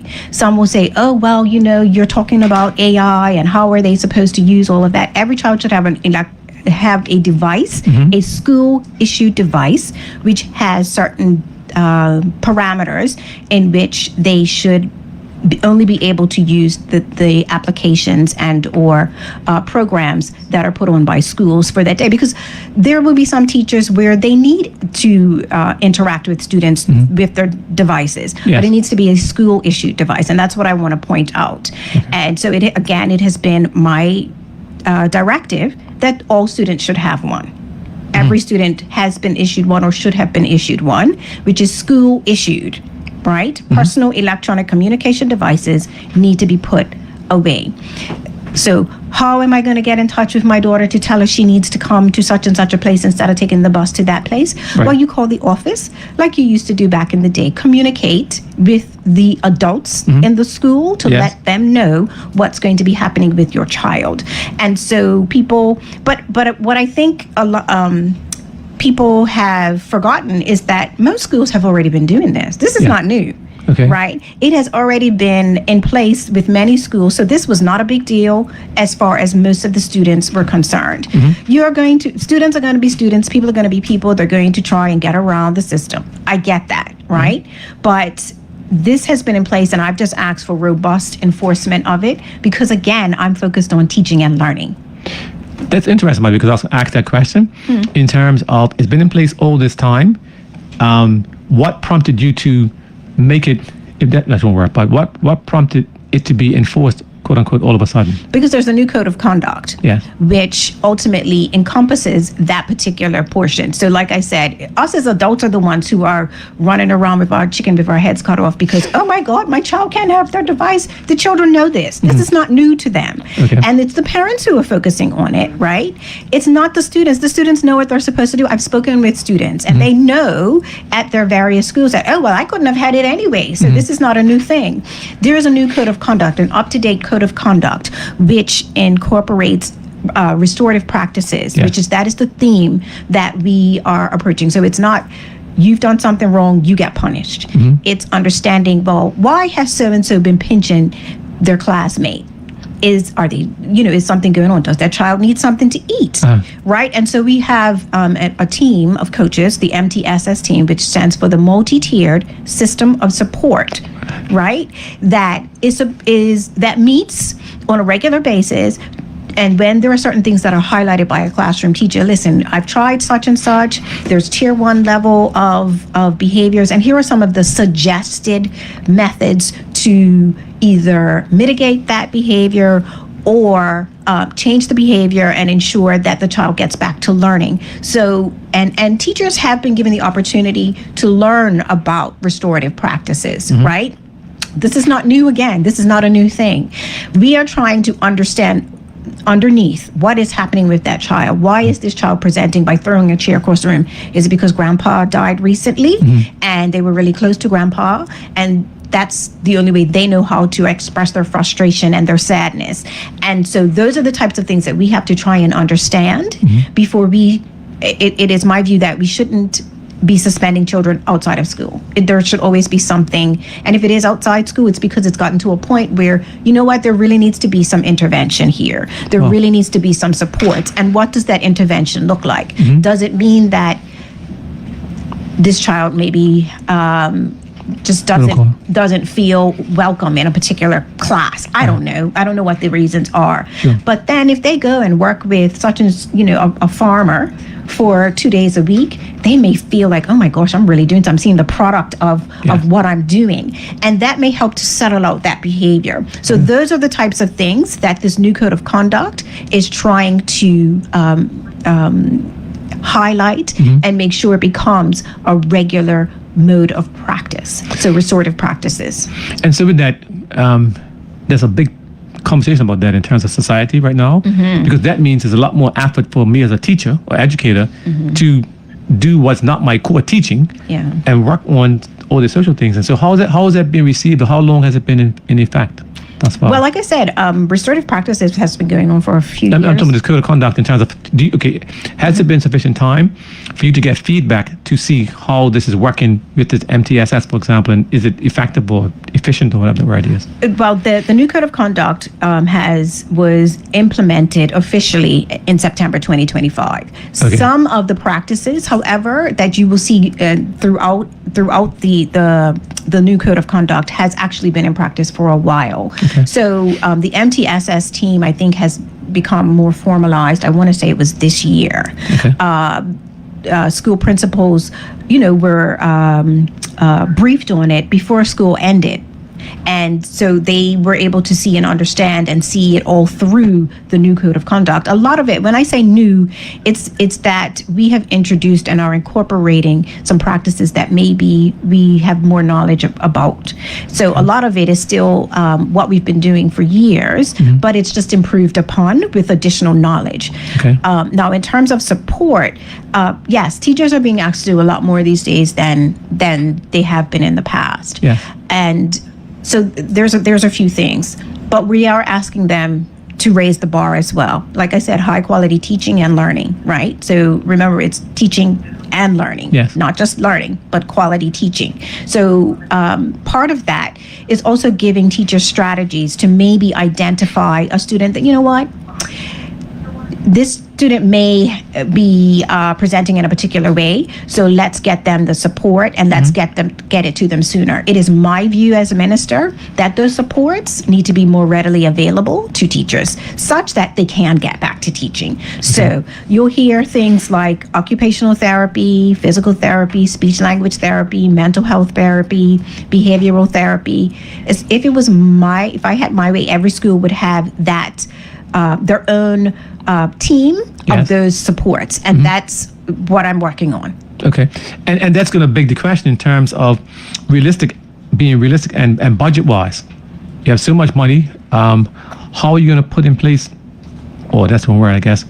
How practical is it to do this with so many different schools in the system and have it be effective? Because you have only, so many speech therapists, for example. Right. So obviously, looking at enrollment. So, excuse me. So, I said if it was a dream, that's what I'd like to have. But I need to be responsible about what I'm doing as well, and being fiscally responsible. If they can be shared between a few schools, well, maybe that's what we'll do as well. And looking at future enrollment and also some of the needs. And also we're asking for the parent community to step up to the plate, right? To also make a community around that particular school. There was a time when we would see, and there's quite a few schools that actually still have this kind of community where, uncles and grandpas would come in and assist with a particular, I don't know, maybe they teach children on a field trip, Yes. and they'll take them to work and to their work and introduce them to certain things and be mentors to those students. So, but it's a community effort. It Yeah. can't just be the classroom teacher. We have to give them the supports, but we also need the supports at home. We talk about what happens in the four walls that we are in control of. We are not in control of what happens Correct. at home, but we are asking parents to become responsible as well. And also, there needs to be supports for them. There will be some that be like, I don't quite know how to deal with this child. Correct. And we have to be able to provide that support as well. What I think a lot of people don't realize is that we don't have some of the supports once a child enters school until it presents as a traumatic event. People need support. Nobody has a manual on how to be a parent, Yes. right? And so we also need to be able to provide strategies, tips, support, lessons, all of that type of stuff for parents as well, because it's a community event. It's not just, oh, we're going to do this in the classroom and that's it. We want to bring parents along with us on this Wow. journey. I mean, I'm saying wow in those kind of words right now because it's interesting that this is a bigger concept. And for me, for sure, it's a whole community thing, by the way, not education only. It's going to be all kinds of different things in terms of, but I've said this before, it is not a conversation that we want to have. Because I'm not going to listen to you telling me, Anthony, you're not being effective as a teacher, as a parent, or that I'm not that's a whole conversation. And I respect the fact that you as a MP, let alone being a minister of education, you can't tell me what to do. Right. But for the community, I think we have to start having that conversation because guess what? And I'll say this from my perspective is that I have a responsibility to send my child to school ready to learn, no matter my circumstances. That's right. It's not about money. That's I mean, right. So that's right. important. So, yeah. That's right. I mean, and I'll just give you for instance, if so-and-so knows that so-and-so's family down the street, mommy and daddy are working. They know little Johnny at 11 is having to put the little Yes. hot pockets in the oven. Why isn't grandma, who maybe has a little extra something, making sure, saying, listen, we'll let her come, we'll let her do her homework and get a decent meal so that when you all come home, you can put her to bed. We don't do stuff like that anymore. Yeah. I know we need to be careful and safeguarding and making sure that the right people are around our children. Yes. But if we as a society raise our level, when the water rises, we all rise. And so if we're looking out for little so-and-so who's riding and it's dark and she should be home and nobody's done anything, but because her parents are not home and nobody says, well, it's not my problem, not my child, why are we doing that? Okay. And to listen, audience, I accept this, right? Because the comment might be, well, the two of you don't understand because of your situation, and I get that. However, we live in Bermuda and we do understand these things. I know from We my own do. experience that hey, life is and life has been, Absolutely. and so don't make assumptions in terms of what you think that I and others do and do not know, Or what our experience has exactly. been. So, and Madam Minister is smiling now, and I know why she's smiling. I'm smiling the same reason. People just don't understand, that. Things to put in place of the devices and getting the children, the students, more focused on learning other than the social media. I think she's just doing a great job in that area, and it's nice to see Thank that you. we finally have a minister that would stand up to, I would say, the technology which is available for children to be using, but at the proper times that it should be used for, and not in the school. And they should be focused on the work. They're just doing a great job in Thank that you. area. And for what she just said, I just speak in volumes. And parents should listen to what she's saying. Thank you very much. I appreciate that. Thank you very much. And that was not a paid advertisement, by the way. That was accident to call in. So now, as you get to the closing time, to listen, audience, our guest this evening has been the Honorable Crystal Caesar. She's the Minister of Education. Having a wonderful conversation based upon the comments that are being received. What I want to do to make sure we don't miss this is now talk about equity. You have made some comments recently in terms of you believe that all children should have equal access and opportunity. And it was interesting because you even talked about it in the context of this gifted program. And so I'll give you the floor almost to talk about the equity piece in terms of having everything available to every child. Well, that's my view, that it's a system of schools, right? It's not each school or one school's over here doing this and gets everything, and one school's over there and gets everything. It's a system of schools. Bermuda is a small enough community where it's like a big small town, quite frankly. All our students can probably fit into one school, in a school in the United States or in Europe and what have you. And so I want to ensure that when I go to school X, and I know that there is a baseline as it pertains to the level of education, resources, etc., that school over here has the same thing. That trying to do it piecemeal means that somebody is being disadvantaged. And some will say, well, that's how it goes. But I'm like, but there are children who are being disadvantaged right now, today, tomorrow. And it is my view that if we are raising the bar for one, we need to raise the bar for all, because nobody should be left behind. One school may have audiovisual equipment, so should that school. Why are those children any different? Are those children any less valuable? Is that what we're saying? And it is my view that all children should have basic high quality teaching and learning.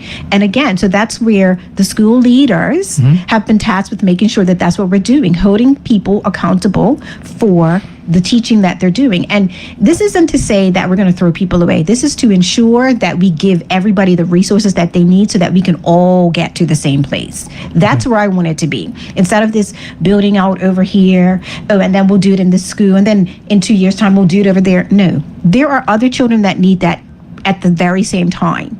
Okay. And that's where the equity piece comes in my mind. I want to ensure that all students are getting high quality teaching and learning. We've done this. This is not new, people. Okay. Bermudians are highly educated, and we revered education back in the day. Yes. Right? Teachers were thought of, they were all in all. Yes. And that's where we need to get back to. That's where we need to see education. It needs to be that all children deserve high quality teaching and education. And I have a bias in this regard. People know my wife's a school principal. And so that's my bias, but not her, for sure. And what I would say is this, I've always been challenged, to be honest, right? In terms of this overall description, if you will, that we don't have high quality teaching. We have some, in any profession, right, you have some are very, very good and some are middle and some not so bad. But I have seen so many teachers spend their personal time and effort during the summertime, right, doing things. And so my question to you is, what do you do, or what can be done to almost reassess the quality of teaching, and what's happening in that regard, so that I don't feel as an educator that you're telling me that I'm not good at what I do? Because that has been, I think for many years now, it's been something whereby we have almost collectively said that public education is less than, and therefore, for me, all children feel less than. So what can be done, or what's being done now to actually change, as you said, that narrative? So what I want to express is that we want to change the view of what education is as an overall. Yes. Keep in mind, I'm the minister for education in Bermuda, right? So we want all schools in Bermuda to know that and all teachers and educators to know that they have the support that they require to be those high quality teachers. And like you said, in any profession, you're going to have some that are better at this and better at that and better at the other. So just like I said, if there's a strategy over here that's working, there are education officers who should be taking what this particular school teacher, principal is doing, and let's share that. Let's be collaborative. Let's have some synergy. That's what professional development days are about, because I know people wonder, well, what are these professional development days? These are the opportunities where strategies can be shared across different schools to raise the bar. And people can be mentored. There are master teachers who, for whatever reason, have decided, you know what, I want to continue to give. And that's one of the things that I've instituted this year, is that if you want to continue to teach beyond 65, you have the opportunity to do so if you'd like. So we'd like to see some of those master teachers saying, you know what, to some of those, for lack of a better term, younger teachers or those who haven't had as much experience, I tried this strategy. That might actually work because this is what I recognize here, right? So sharing across schools so that the system rises. And so the department will be supporting that. So they'll be ensuring that, you know what, if the principal or a group of teachers feels that, you know what, we really want to get more information in this, let us know what professional development you'd like to see. Okay. And the department is more than willing to put that on so that the system can rise, so that it can be embedded in the schools, so that those teachers and principals can implement it at those different schools that they have. And that then begs the question. So right now, is there a process by which the ministry the ministry will go and try to assess the quote unquote the goodness in each school and then try to allocate that across the other schools, or like it's almost like what is possible or what's being done now to identify these good strategies and then implementing them? Right. So what there again, there's the department, yes, and there's the ministry. So the department has a team which is called accountability and standards, right? Okay. And they are the ones who are going to schools and assessing. They will go and see how a teacher is teaching. A principal may come and say, we need maybe some strategies in X, Y, and Z. And they will go and assist that school, that team, that sort of thing. And it's, they have it for different subject areas as well, right? So it's not just English or math. It's different subject areas. And so there's that support, making sure that there is quality in the classroom. And so that's not something that I do. I say make sure that there are people who are to assist with that, but it's the department's job to make sure that they're getting out there and giving the schools what they need. Well, and with that, I'll say this too, right? In my personal life, what we try to do is have this thing whereby when things go wrong, it's not punitive. Right. What we want to do is find out what happened so we can stop happening again. And it's a hard thing to do. And so I asked that to say, what is being done so that principals realize that because Anthony's not got a good school in, say, social studies, it doesn't mean Anthony's doing wrong. It just means, okay, fine, we're going to assist.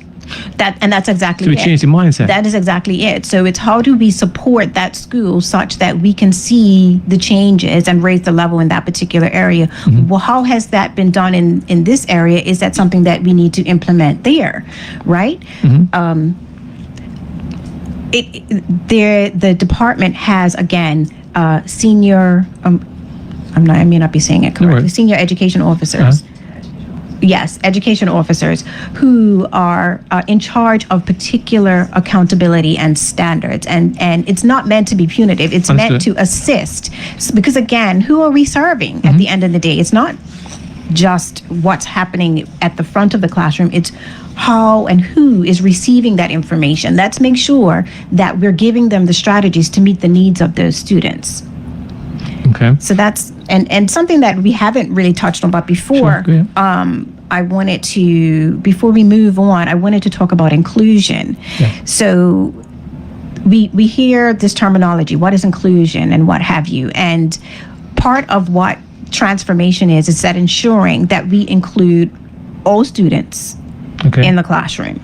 So what does that mean? That means that a child who may have a hearing deficit but otherwise is able to learn is included in classroom. Okay. Right? So for instance, there was a student apparently who was acting out in class. Apparently he wasn't able to hear properly. He was given the correct surgery that he needed, and now it's been determined that this young person who is included in class, all of his friends are able to do sign language, right? And communicate with him. But it has been noted that he's actually quite brilliant. But he was given the support that he needed in the classroom. Okay. And not only has he been helped, but other students and the teacher, they are all proficient in learning how to communicate with somebody who has a disability. So that's what inclusion means. When we hear special education and inclusion, it's making sure that those who maybe aren't the quote unquote traditional learner, they have the technologies, skills, support, and resources in class. We're not taking them out of class and putting them over there and saying, okay, well, you're quote unquote, something's wrong with you, you're broken. No, you are a part of our community. We include you in what we're doing. I recently went to a conference where there was a lawyer who had been included, and she was legally blind. How does a lawyer who has to write, who has to do papers, et cetera, get a law degree? Well, there were technologies and resources put in place so that she was still able to learn. and is quite well known for doing so. So that's what I want to see as well. A child who, making sure that our schools are accessible. We talk about 21st century classrooms. Well, why is it that our schools are not accessible for a child? Any of us, what I also learned was that any of us could fall down tomorrow and be considered disabled. Yes. Okay. And it would be difficult to be able to get around and do things. Why should a child who has a physical disability but intellectually has no other challenges, why aren't they included in class? Why do we pull them out and put them somewhere else? Gotcha. It makes the society more sensitized to the needs of who's in the community as well. So that's something that I am fervently trying to ensure that we do. We have AI. Yes. We have something that we can magnify the child who has a visual impairment, where we can magnify what they're seeing such that they are able to access their school books or the text. Yes. Why can't that child be included as well? And as you're talking, right, what's come to mind is, okay, you are here, the minister. You have these great ideas. What happens, though, to get that translated to your other cabinet colleagues and then into budget so you have the money and stuff to get things done? And even more broadly, to the community. So what is it that you, Miss Crystal Caesar, Minister of Education, are doing to get this word out? Like, for me, this has been very refreshing, of course, but like, what's the process to get it out there? Particularly as it pertains to inclusion, because of it, we are a small community. Unfortunately, sometimes people feel, well, if I say that my child has a challenge in a particular area, they're going to be labeled. Yes. We have to change that in ensuring that if we make it such that it's inclusive and supported, that people will identify themselves. So I need to know and understand, and that's an appeal actually to the public, to let the ministry know what disabilities your children have, because we can't service your needs if you don't tell us. Gotcha. Right? And we have to become sensitive to ensuring that we meet those needs and not say, oh, well, we can't do it because we don't have the money. That's not acceptable. Okay. And so you talked about my cabinet colleagues. You know me, and I Face changes, I will argue it at the table that how can we say we're an inclusive society in this first world country and we cannot meet the needs of students who have certain disabilities? That makes no sense to me. Okay. And if you can find the money to do other things, you can find the money to do this as well. And I know that I do have the support of my cabinet colleagues, because education affects every facet of life. Yes. Right? Every facet of life. And so in my opinion, there should be no dime spared. But of course we have to be fiscally responsible. Right? So I'm doing what I can, and I need to know, I need to understand who's coming along. So if your child has had a diagnosis of whatever it is at age 3, let us know so that we can ensure in 2 years' time that we can assist putting the whatever we need in the classroom and whatever provision and resources are required to assist that child to continue throughout school without challenge. We want them to be an independent learner as well. So we want to teach them to do that as well. But again, it also makes us as a society more sensitive to the needs of everybody that is included generally in society. So we need to do so in education as well. Excellent. Good evening, Cora. Thank you for your patience. What's your question or comment? Yes, good evening. Good evening, Minister Caesar, especially. We had a word up at Berkeley, and I'm glad you spoke to inclusion. Yes, thank you. And you spoke to inclusion in the classroom. We have to consider inclusion should be within the whole school environment. It's not just the classroom that child has to access, and it speaks to more of the community at large. If a child is in a wheelchair and they can still access the classroom, they can't even get on the school bus to access school. Right. They have to depend on a parent or someone to bring in. Yes. So if we're speaking to inclusion, we have to speak to inclusion as a whole system, as a whole community. Yes. But I am, however, happy that you did mention inclusion, because it speaks to a lot. And I would encourage you, I didn't get to hear you speak to therapists at every school, but a colleague of mine did mention that you said that. I think you might want to consider having, especially occupational therapists, on your team to help you process what you're going to do, because we have a wide knowledge of information to support the education system, and what often left out of it, which you might want to consider having us included. But I look forward to us having our meeting at some point, and I'm glad you brought it up. Thank you very much. Thank you. I appreciate that, and I want to say that I am very eager to have occupational therapists, speech therapists, etc., in terms of how we are meeting the needs of students. So yes, in classrooms, yes, but also the school in general. How do they get to school? What provisions need to be made such that students can, if there's a cafeteria, that they can get to the cafeteria, get in the line, and get their food as well. All of those things, we need to ensure that we are taking on board. I attended a conference again that one of the sayings was nothing about us without us. Yes. And so we again need to know the population and those that give them supports. We need to know and understand. I don't think we've done a good job in ensuring that we include them, and it is my promise to ensure that we do so, that we speak to that population, we understand the population, what their needs are, their support, and the resources that they need in order to be this 21st century school system that we say we want to be. Okay. Good evening, caller. Welcome to Insight. What's your question or comment? Well, one real quick one, Minister. How about fathers who don't have access to their children due to the fact of they're not the actual caregiver, but they do, should have to be able to play a role in the child's education by, being able to have the access to visit the school. I heard the teacher, the principal was saying to parents if they want to come through. Gotcha. So, we do have that issue out there for some fathers where they're not allowed to be able to come to the school and stuff like that. So, that should be nice if we can have something done about that as well. Okay, cool. Thank you for that. That's one of those questions that speaks to broader society in terms of the parental situation. Yeah, that doesn't fall directly within my remit, but that is definitely something that I would believe the Minister of Justice and or those within the family resource type areas would be able to maybe give focus to. But we want, like I said, I want all parents to be included, because that is how a child shows up. If they don't necessarily have that support, it shows up oftentimes in the classroom. And the beauty of this show, right, is that there are things that you cannot say that I can say. And the reality in this case is going to be that the male and the female that are the parent of that child, they should have more structure and be more determined themselves in terms of putting the child first. So for whatever reason, the two of you don't get along, whatever the case may be.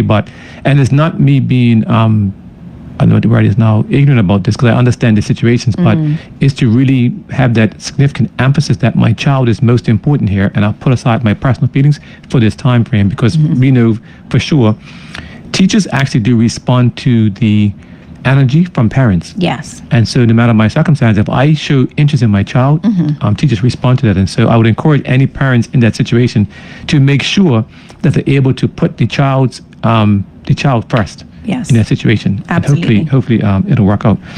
So, Minister. Yes. I've been asked lots of different questions and things like that. I know that there are things that you want to talk about, and so this is your chance. If we've missed anything that you want to talk about, here's your couple of minutes to do so. There's only one thing that we started to touch on. We talked about inclusive education, but we didn't talk about we talked about a special school for students who have more profound disabilities, right? And I don't want them to think that I've forgotten them or that I somehow do not have them on my radar. I've visited Dame several times, and I have to say that the community there is fantastic. I want to ensure that we are focusing on giving them the proper infrastructure, resources, and supports that they need as well. They cannot be forgotten. And that is one of my ministerial charges, or something that I'm responsible for ensuring that we do. And so that is also on my radar, because again, they are part of our community, them and their families as well. And so we are feverishly, when we talk about going back to the infrastructure plan, they are included in that.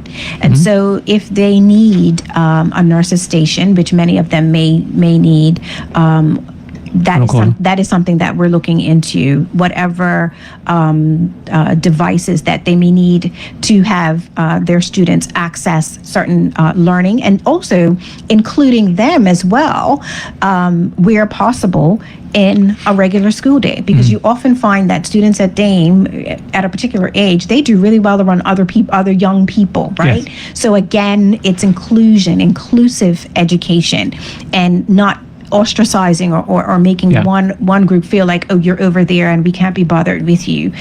So I want that population to know that that is front of mind as well, Sure. and something that we consistently are meeting about and talking about, and we want to ensure that we meet those needs as well. And I will say this, Corey, you can call back if you want. You mentioned a few times about an infrastructure assessment, right? Just elaborate on that. Elaborate on that a little bit more, please, so that I and the general public understand more so what that means. So that means that we're looking at our school buildings, we're looking at enrollment, we're looking at what it is we say that we want to have as a minimum for all schools. Okay. And what does that mean? So that means that, okay, so we say we want X, Y, and Z over here, but first of all, do we have the space to do it? Is the building, has it been constructed in such a fashion that it can withstand some of the things that we want it to do? Okay.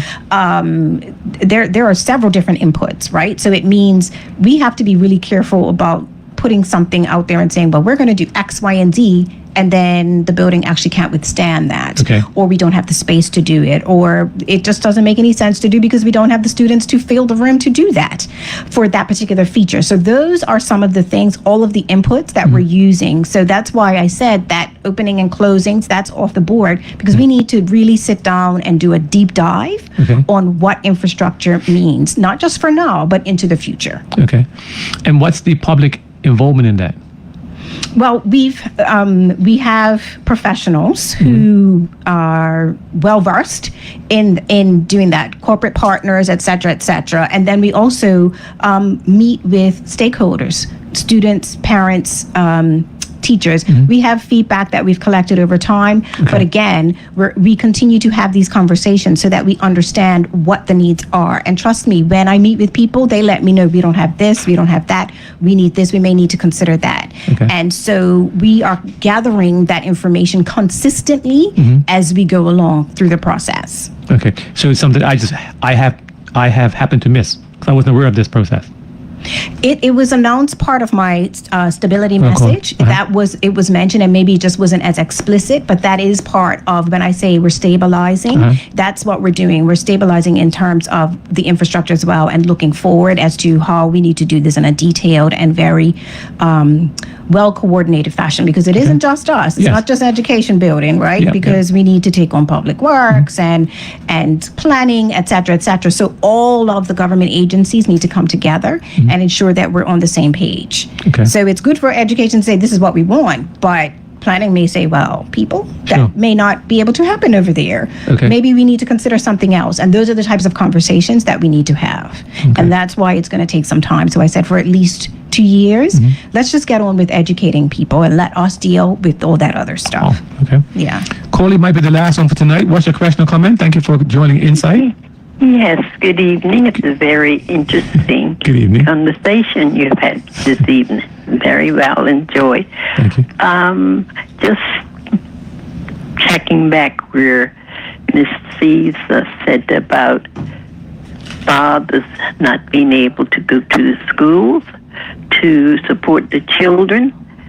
And I think that is very sad, because mothers are holding the children hostile by not letting them see the fathers. And they know that. She does not know that.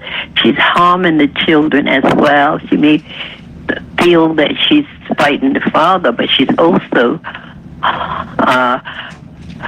making the children suffer, and they don't realize that, because children, they're brought up always to be around the father, and they may have a split decision between the two, the mother and father, but why should the mother punish the child by not having the father having no connection to go to the school or seeing them otherwise? I think that's a very sad situation where she doesn't realize that he or she doesn't realize that they are doing harm to the child. Thank you. That's my take for tonight. I think she could very well speak about that. But it's very, very good conversation you all having tonight. I really appreciate that. And we appreciate you for joining us. And thank you. Have a good evening. Thank you. Thank you. God bless. Sure. Bye-bye. Bye-bye. Thank you. I appreciate her feedback on that, and take that.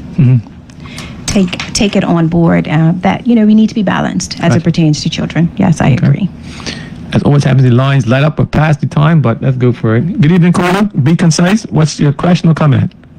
I just heard the lady speak about the male and the father being able to attend the school. My comment is that we want to look at more males being in the school system. I think some males are being pushed out, which is having a problem and an effect on the boys, especially in the school environment, because men have a role to play in discipline and growth and leadership. And there's a lot of women in the system that are pushing men out, and that needs to be addressed as well. Thank you. Thank you, caller. Appreciate that. That allows a different question. I shouldn't smile, but a different question in terms of it's a perspective, and we need to take all perspectives on board, and that person makes a point that we do have a lot of teachers, but we do have some really good male ones as well, and so I do hope that we continue to see young men entering the teaching profession. And that's the question then, are there any policies in place to encourage males to become educators?